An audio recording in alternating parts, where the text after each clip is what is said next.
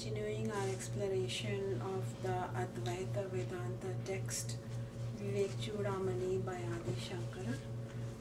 You are welcome to join the Google group by talking to Tueri, where word by word transcription is being provided. If you are joining in, because today is our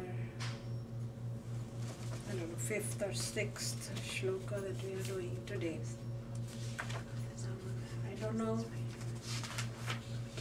what is meant to be, how far we'll go, but today we will do the seventh shloka and complete one part of it, because then from next time we will be talking about the necessary means for getting wisdom, and then we will talk about the qualifications of a seeker, a student.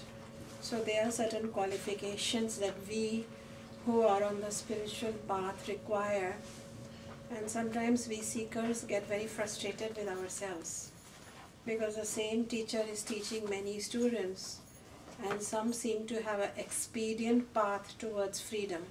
When we say spiritual path, it is not the outer path of who looks more spiritual, who talks and walks more spiritual, but who is becoming more and more free, whose mind is becoming more and more calm through the ups and downs, whose inner discrimination between what is trivial and what is important, what is real and what is transitory and appears real, who is beginning to have that and therefore having an abiding sense of ease and somewhat of a relaxed presence through life's up and down and drama. That's the spiritual accomplishment.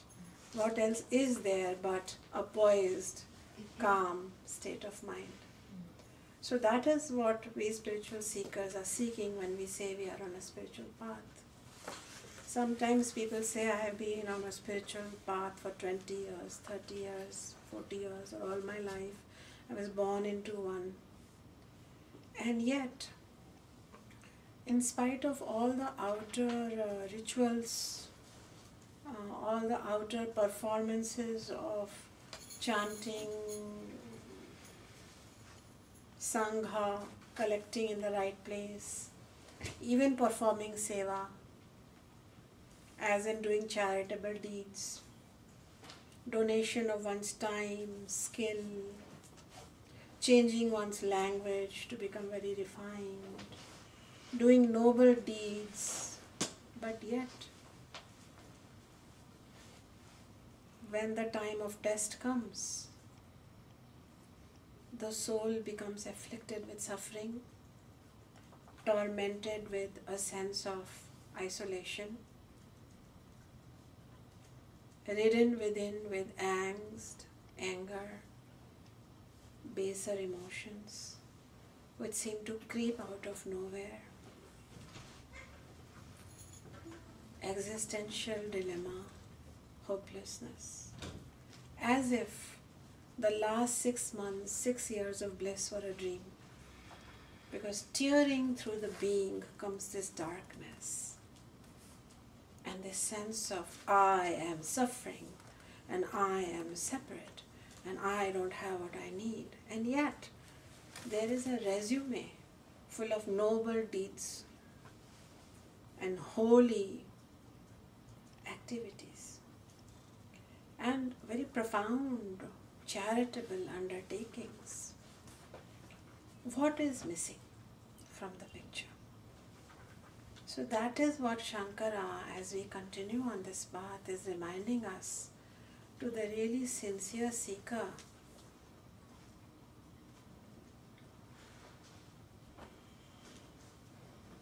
that we are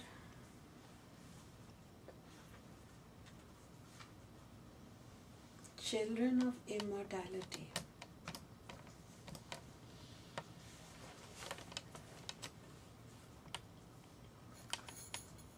We have a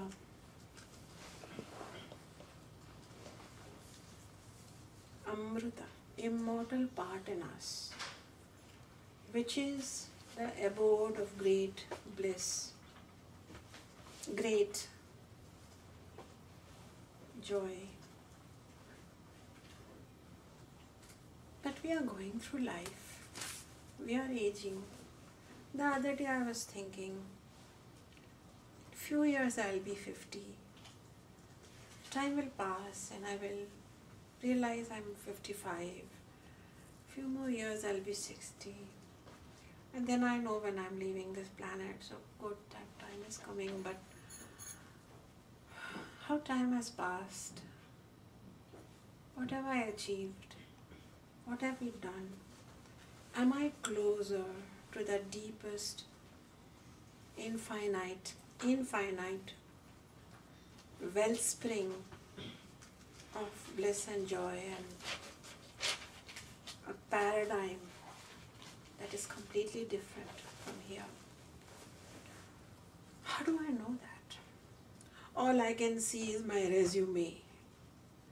And that resume change from material to semi-material, or you can say from selfish to semi-selfish, to show off selfless, to becoming selfless. That's all. Ever resume. But have I arrived? That is a question that Shankara is asking each seeker. See, after going through Vivekachudamani, the clothings of pretension cannot protect us.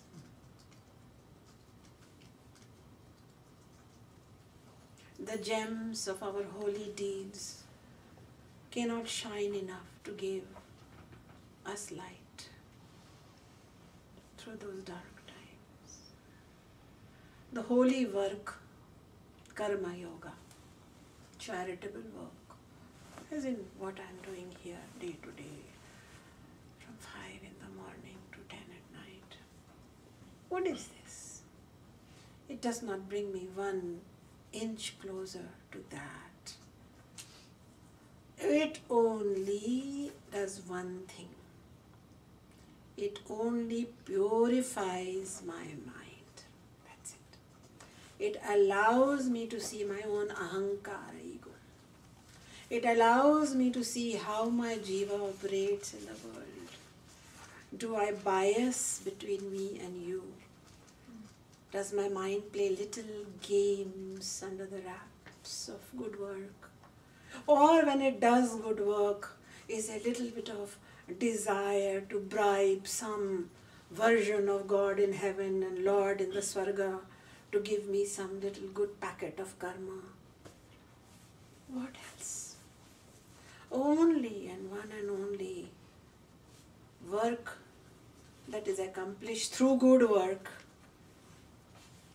and consistent, persistent good work is to ready me and my endurance and my nerves and my ego purified, so that the beginning work of turning inwards can happen.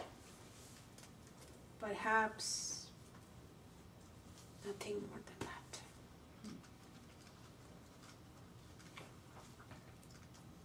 Of course, if one is not doing noble work, one is just thinking selfishly, one cannot think beyond a dollar profit, one cannot think what is with, what do I get in that, then this person may need to come to a satsang for a long time and may take some time. So slowly our outer work, as it becomes more team oriented, one can earn money. Money is not the problem, be careful. We are not pretentious people who want to look poor and therefore be holy. In fact, one who is poor and needy can never be holy. Let me tell you that. If our material needs are not met, we can only pretend to have spiritual needs. Because first, we are material creatures. We may use knowledge to slowly transcend our material needs or change the type of material need, but we cannot just suppress them. If we are hungry, we are physical creatures, we cannot meditate. If we are physiologically, psychologically, full of desires and we are not even aware of them, then many lifetimes can be spent in trying to deny them. So part of this satsang is to recognize all of ourselves. Then what is hidden needs to come out, and then it needs to have either legitimate outlet, beneficial to society outlet, and or it needs to be gradually dissolved and slowly the power is lost in those desires. But to merely say, I have renounced the world when I don't have two clothes to wear. So there are many such sadhus in India, Mandarji will agree, they are on the streets. They are wearing the robes, but they are little less than beggars and thieves. And some rich person puts a few puris and they jump on it like flies. Do you agree? And if you give them 100 rupee note, they will say, oh, it is torn, give me another one. And then before they leave, they will give you some blessing in Sanskrit, but it has no meaning. Why? Because this person is still looking for food. They are no different from the more honest is the person who is looking for food. But when the king says, I have renounced, that renunciation has meaning. The grapes are sour, so therefore I am not eating. And now I am saying I am renouncing the grapes. That is self-delusion. So Shankara is constantly teasing our thinking. How we make ourselves Brahmit delusioned. How we talk to our own selves in the name of spirituality. Therefore I was asking my third student Shubha, is this satsang too much for you? Can you handle it? She said, I love it, with a big smile. I thought, wrong person to ask. She's a thread student. She is hanging around me for life because she likes this. But is any one of you getting uncomfortable with all this pushing of thinking? Send us an email to the group, to Google group or to Harry. This group will become intense, not because I am teaching you anything different or self-created. I am only teaching you from the text, but it will make you think what you are saying, what you are thinking, what you are acting. Is your resume truly the one of a mumukshu? You understand mumukshu now? Yeah. Now, so all the good deeds, holy deeds, only purify our mind. So we have, if we were to briefly review, you see, I can get myself designer glasses and look very jazzy in front of you. I plan to do it very soon, another time. For now, this will do.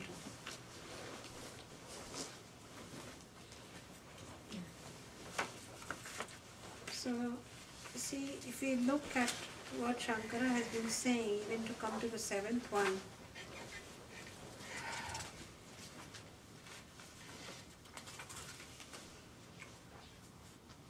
first of all, in the first shlok, he worships Parabrahma, the great divine absolute principle. That is unmanifest. We cannot see, conceive with our senses and mind. And yet, Shankara is able to say that if my Guru, Govindapad, is teaching me, then really can my Guru even have one word of wisdom without that once expression? Can my guru move their tongue? Can my guru be present in this divine Leela? It is you, it is that in this that I see. So he worships the manifest God in the Guru, and he ultimately refers to the absolute, unmanifest, supreme consciousness as the absolute that principle. And then reminds us of what are the very basic human qualities: to be human, to have a rational temperament, to have a desire to be more sattvic or pure-minded, to begin with, just to begin with. Even if we speak white lies, we don't want to. There's a difference between somebody who justifies their white lies and somebody who catches themselves and doesn't want to and avoids. You follow? That is sattva nature. And then it is not just sattva, but this person has come across the Vedic marg, Vedic path. And then this Vedic path is not just, memorization, we are learning, Jagat Mithya Brahma Satyam, Jagat Mithya Brahma Satyam. We are learning, we are memorizing, no, we are internalizing. And that is called Swanubhava. We are living in the world, but we are constantly reflecting on each statement told by the classics through our teacher's mouth. And then we are internalizing it to the point where we are experiencing the truth mentioned in the text. It has no longer become something written in that text through that great teacher, through my teacher, but it has become my personal truth, and I have become one. My individual self has become one with the universal self. It's no longer myth, mythology, spirituality, religion, philosophy, conception, imagination, daydreaming, wish fulfillment. It is my reality. And this reality cannot be broken up, cannot be negotiated. It is not in fractions. It is self-evident. So to have that itself, Shankara says, see, you are to be lucky, how lucky you are, you are human. How lucky you are that you want this knowledge, you are a mumukshu. You are no longer happy to be trapped as a fish, and you are going about your business and you don't realize that you are trapped. And you are busy going about, you are biting at the traps, you are biting at the net. Whether you are married, whether you are not married, whether you have a job, whether you are jobless, whether you live in a mansion, whether you live in one room shared with people, you realize it's just the nature of the net. My life lives, my reality is beyond the net, so let me not get all caught up in the net. Some people have golden net, some people have stinky net, some people have, strange net. But we get caught up in the net, and then the fish is busy cleaning the net, shining the net, analyzing the net, discussing the net.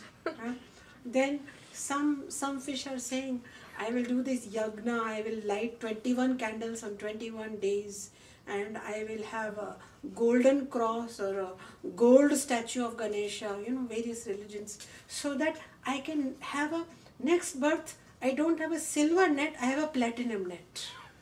I am upgraded, Mandarji. So we are all still in the net.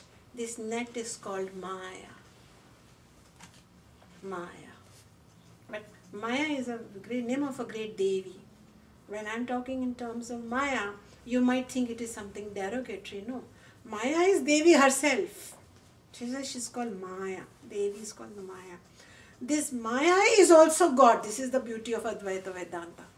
This Maya is also God because we have come here, we have forgotten our essence. That's why we are all collected here at Vedika Global and on earth.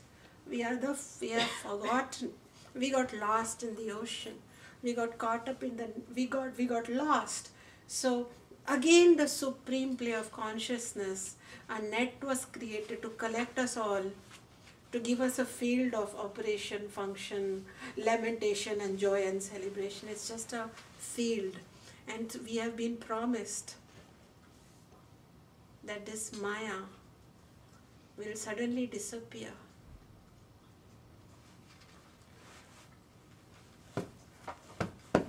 We don't have to fight it.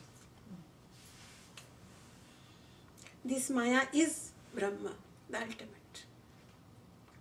We have to understand it. This is the path of Jnana Yoga knowledge. We don't have to over-polish it. We don't have to fall in love with it. We don't have to hate it and kill it. We have to start observing it.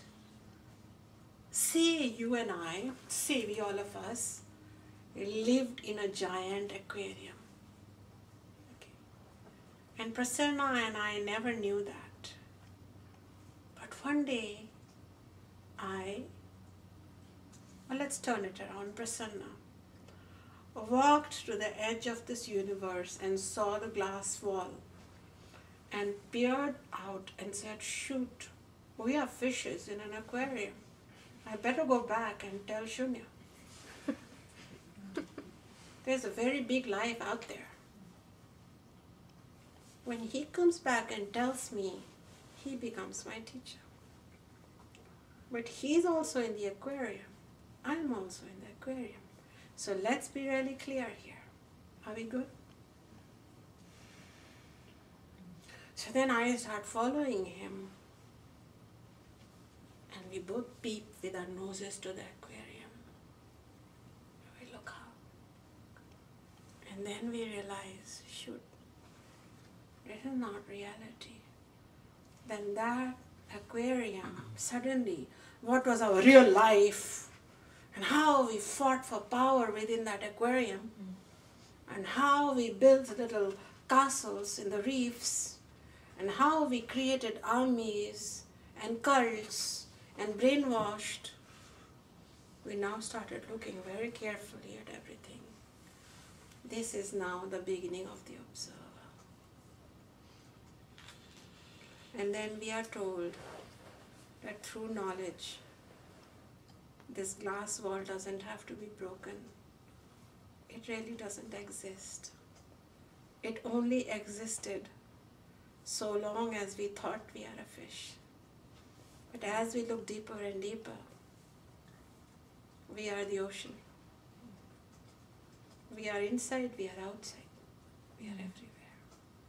And then this dream-like existence, what was that? That was nothing but the grace of that. And it is called Maya. And then we are not angry with it. We realize it is divine play of consciousness. Because in the process of figuring out our ocean self, our beyond the glass self, that nothing, can a little glass aquarium stop the tsunami of an ocean? When we become that, the roar of Advaita Vedanta shows us who I am. I may have a stiff neck and I may have a disease in me that's trying to catch me, but it can't catch me. What is a bunch of stiffened up bones to who I am? And what is a bunch of couple of logistical things at Vedika to who I am?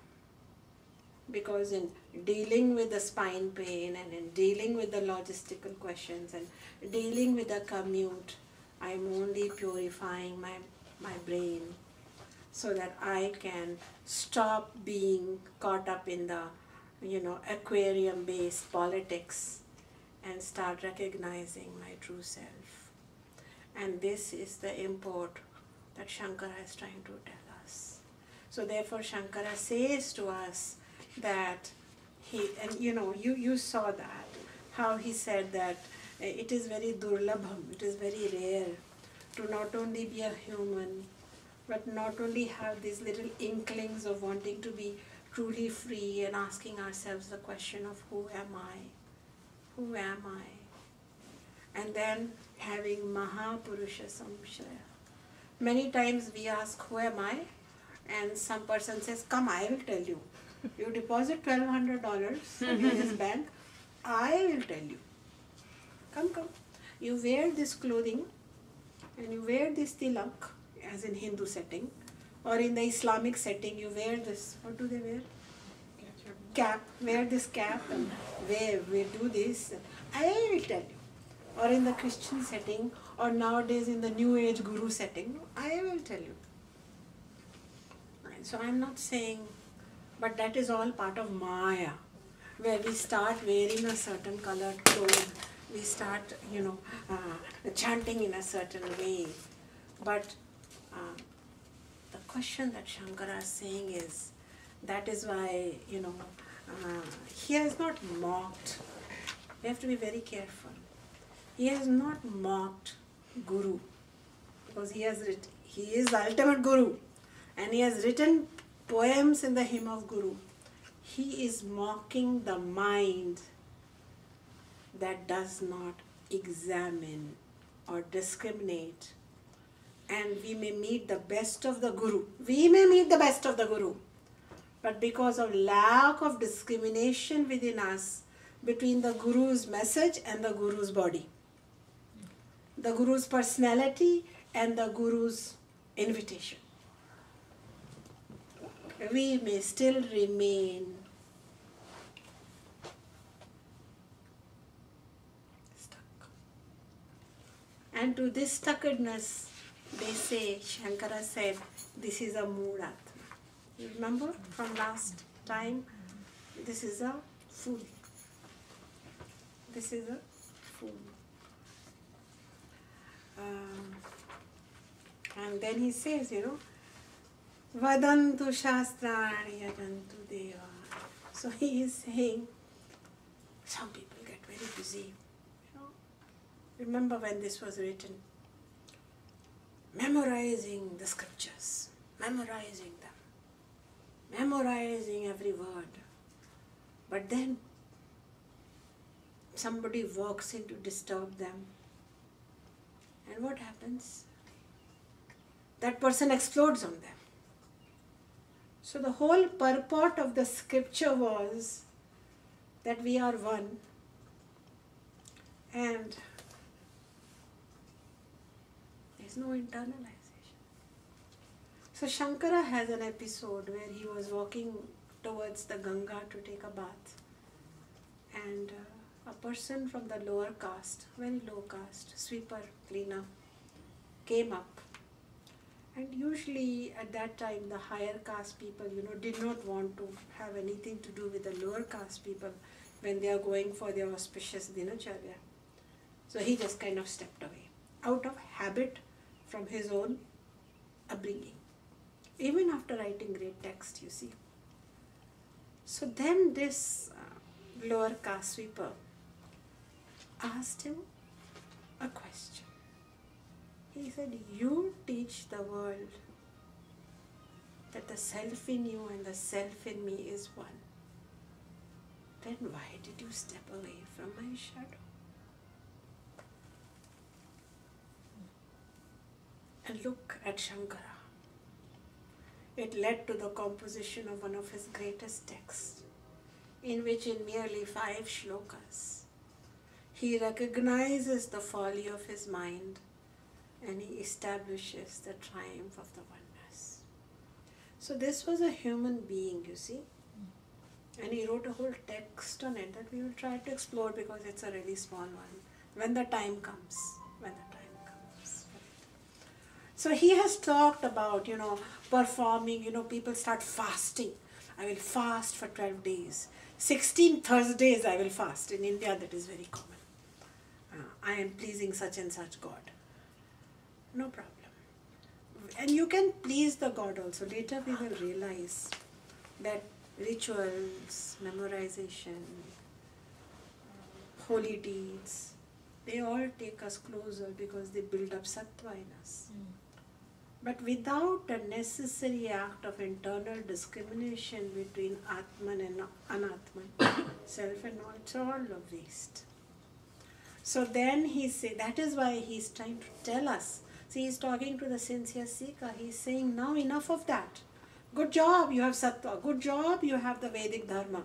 Good job, you know all these wonderful practices. But now let's do the real work.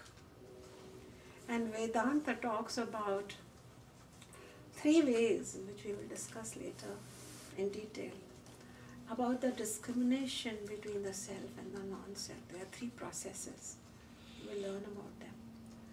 One of them is called Drikdashya Vivek, the seer and the seen discrimination.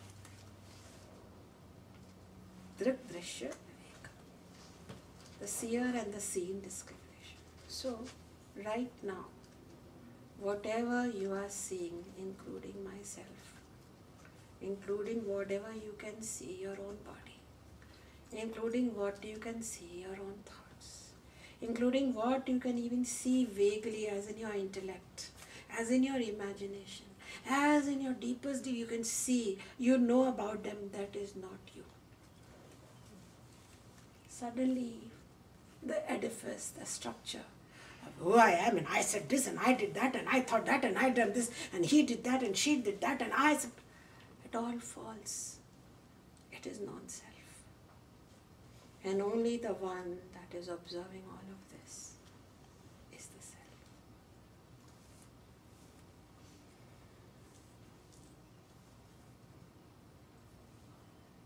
So powerful. And here we tell our lover, I and you are one. You are myself. Of course, 15 days later we write to them, you are not myself. I had wrong ideas. Why? Because it is a semi-truth. It is a half-truth. It is, we are oneself in the ultimate sense, but before we reach that, we have to realize what is one. Our minds cannot be one. It is the Atman that is one. But to reach the Atman, first we have to separate what the Atman is not. We start looking for the Atman in the body, in the personality, even in ourselves, you know. But everything that I can see, I can conceive of, then that conceiving is non-self. Because whatever my mind can reach is not me. Whatever my intellect can reach, then something is reaching. I am that, not what was reached. If I have dreamt, then the dream is not me. Who dreamt? That is the question. If I can see my body age as I am seeing, then who am I is the question. So what is seen and who is the seer? This is one of the Viveka, one of the discriminations.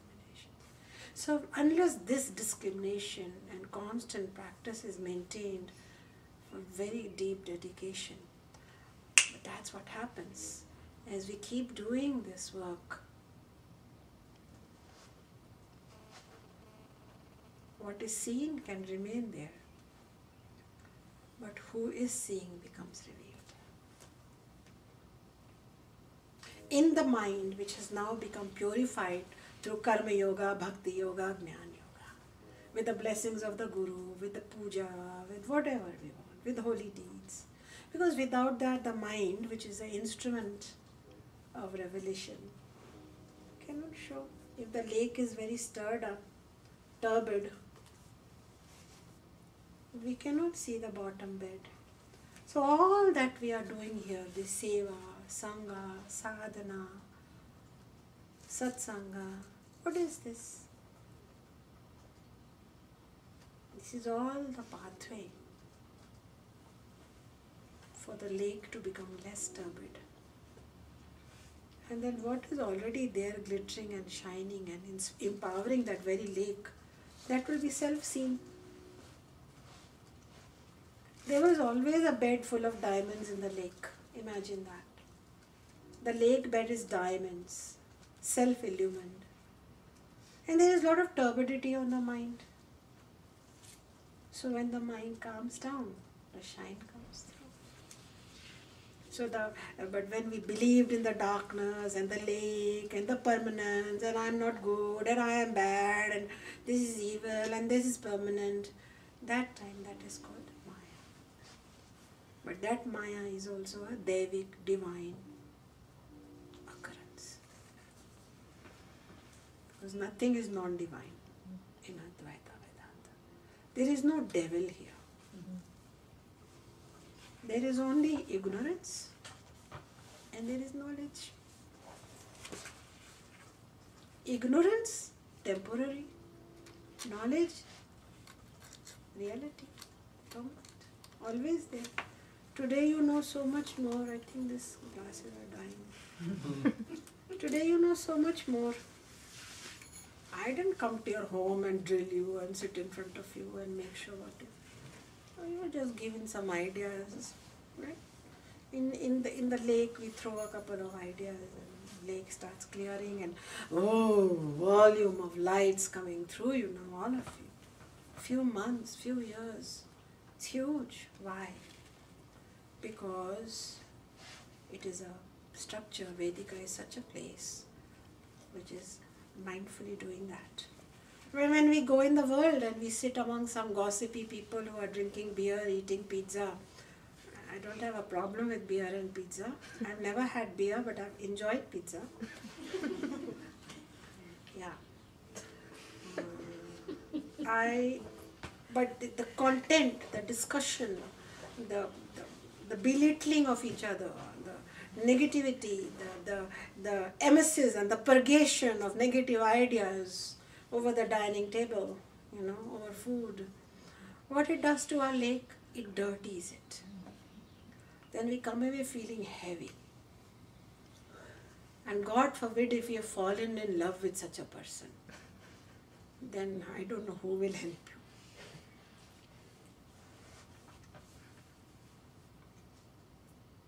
So we only love. We are friendly to the world. But can we fall in love? We have to be love, right? So we talk about, let's be love. We don't know what's be love because I'm just full of dirty lake water. So let's just put this love word aside, shall we, in Vedanta Sangha? We will discover that we are not only full of diamonds, but each diamond is sparkling with trillion universe power of love. But till such time we have lake water, dirty one, stinky on that, shall we just clean it? How is that? And shall we just offer friendship to our spouse, lover? Shall we be good human beings? How is that? You like that? Is it all right? Ishani? Even with that child, your newborn baby, I mean, is it, I love my baby. So you don't love her baby? Well, you'll die for my baby. What about this baby? So till such time these are unexamined statements at the Vedanta Sangha, that is what happens. As the discrimination starts, we have to lay aside some turbid water and just peacefully go through and say these examined hate statements and examined love statements and unexamined power statements and unexamined powerless statements. I'm a loser, I'm a failure. They're unexamined. Because what about that day when you were brilliant? What about that day when 10 people thanked you? No. So they're unexamined. They come from dirty lake water. What is dirty? Not sinful, not devilish, due to lack of discrimination. Of course, this lake water starts churning in a cleaning kind of way. So when you churn it through sadhana, satsanga, seva, what happens is the dirt starts collecting on the side now, right? And then this dirt we can possibly employ some means to clean it out. These are core values. We have to do this. If we stop coming to the satsanga, if we stop hanging out with the sangha, means companionship of sat, which means truth. This is not Hindu truth and not Muslim truth. This is not Shunya's grandfather's truth and not your grandfather's truth. It is the human existential truth that we have some hidden power in us, some hidden generosity in us, some hidden creativity in us, some hidden ability to forgive, the hidden ability to cross all. Where was all this? Then either be a loser. No, you don't even agree to that. Okay, weep away. No, you don't agree to that. Suddenly you start smiling, you start forgiving, you start growing. Why? Because those diamonds keep sparking in spite of the dirty water. Because the dirty water suddenly vanishes without needing to do anything, because through knowledge we realize the difference that what is eternal, what is truth, and what is infinite can never be clouded by a handful of dirty water. I am not lost. So there is a paradigm shift. Right now it feels theoretical. One day it will become experiential. And the day we experience, everything disappears and a new reality of my true self, Sat, truth, Chitta, eternally all-knowing, wisdom, part of this whole fabric, and blissful, a new super personality comes and starts living on earth without needing to die, without needing to go to heaven, and without needing to do anything. The bank clerk remains the bank clerk, the teacher remains the teacher, the wife remains the wife, but life is no longer where you are drowning and working harder and harder to keep your head above the dirty water. Suddenly, as if a veil has been lifted. So therefore, in this final, the seventh shloka, after saying, he is finishing all the inadequate ways, or not complete. They are all beginning ways, scriptural knowledge, rituals, traditions, penances, charitable work. They are all beginning, all for purification, but they do not lead us close to the realization. And then he says,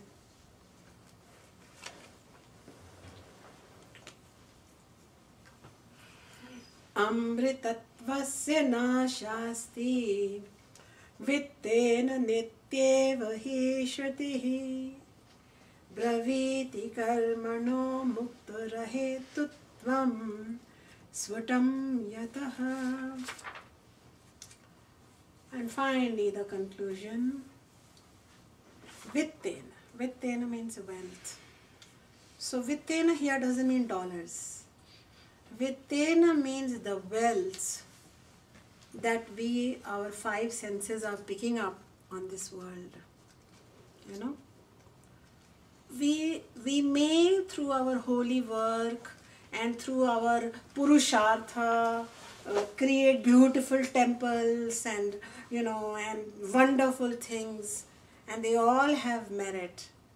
But then, finally, any of this wealth that the five senses are seeing are still the non-self. We have to be willing to go beyond this wealth, this externalized wealth. For myself, I have a goal, a pastime, a hobby, that Ayurveda in its truly sage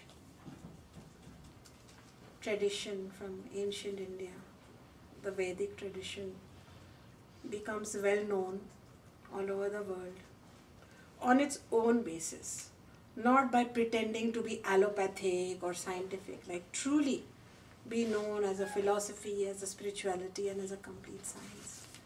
Then my other desire is that it be accessible to all. And my third desire is that when I come back, Ayurveda is, the world is a better place. Say it happens. Say it happens. A wealth has been created. a spiritual wealth has been created, an empire has been created, which my five senses can enjoy. You know, spiritual satisfaction is a satisfaction, a desired fulfillment, and yet I am still equally far away from the one that is the self. This recognition is very important. Why? Not to not build the spiritual satisfaction, but to recognize that there is a different road we have to take, and the road is inwards. While building the empire, while fulfilling the fish, while having someone to, in this world, love and hug and bless and have a relationship with, and while cooking the food, and while making this world a better place. Yet, they say that it has become clear that liberation, moksha, is not the result of good work, because Shruti or the Vedas declare there is no hope for immortality by means of this wealth. This is the final shloka in this series of how we cannot reach, moksha, that place. So we have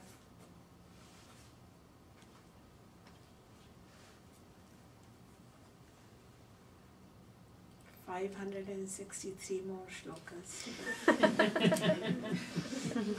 All right. Are you ready? Some of us may leave this, in the field, in the Maya. From time to time, we change clothing. The goldfish becomes the lobster. So, maybe the lobster is higher up in the power network of the aquarium. So we say, you must have done good karma to be born like a lobster. So, Vedanta recognizes the law of karma. It recognizes it. And we have to perform some good karma to move on, to be in a certain place. But yet, we can get even bodies which are more and more bright and brilliant and golden and celestial even. And yet, we will still remain in the field of Maya. And that is bondage. Even if we have the most powerful body, we are still bound by it. It ages, it changes, it has constant needs, constant requirements. And even lying on a $1 million bed, the lower back can still hurt. And the people, the relationships can still be fragile. And so no matter where, which loka, how we are born, all temporary and within the field of Maya. So we have to understand what is Maya and what is Brahma. Brahma means reality, absolute reality. And we are told that there is an aspect of Brahma, absolute reality in us, which is our true nature. And then there is all these, 5 koshas. So we have Panchakosha Vivek also in Advaita Vedanta. We have all these bodies. And we get so carried away, but I had this vision and I had that thought and I have this teacher and we love teachers, we love visions, we love gods. We worship them everywhere at Vedika. And yet we have to understand that they are only the path to the absolute reality and very sacred paths, but not the end. And until and unless we realize that, the journey doesn't even begin. It is also told later that while cooking the food as a happy housewife and while worshipping the teacher as the loyal student and while doing devotion to the chosen deity also we can receive enlightenment, but that will go later. So So we don't have to change anything. We don't suddenly have to say, I study Vivekachudamani, so I will not go to the church. No. The one who understands deeper and deeper goes to the church. The atheist and the deep religious person, they are all the same. And so there is a deep level of comfort, but we have many, many more shlokas to enjoy together if I continue to remain in the body which is labeled Shunya Pratiji Mathur. If I leave in between, then I will come back as a baby like Abhaya and other kids. I'll be back. Don't worry. So with that we end.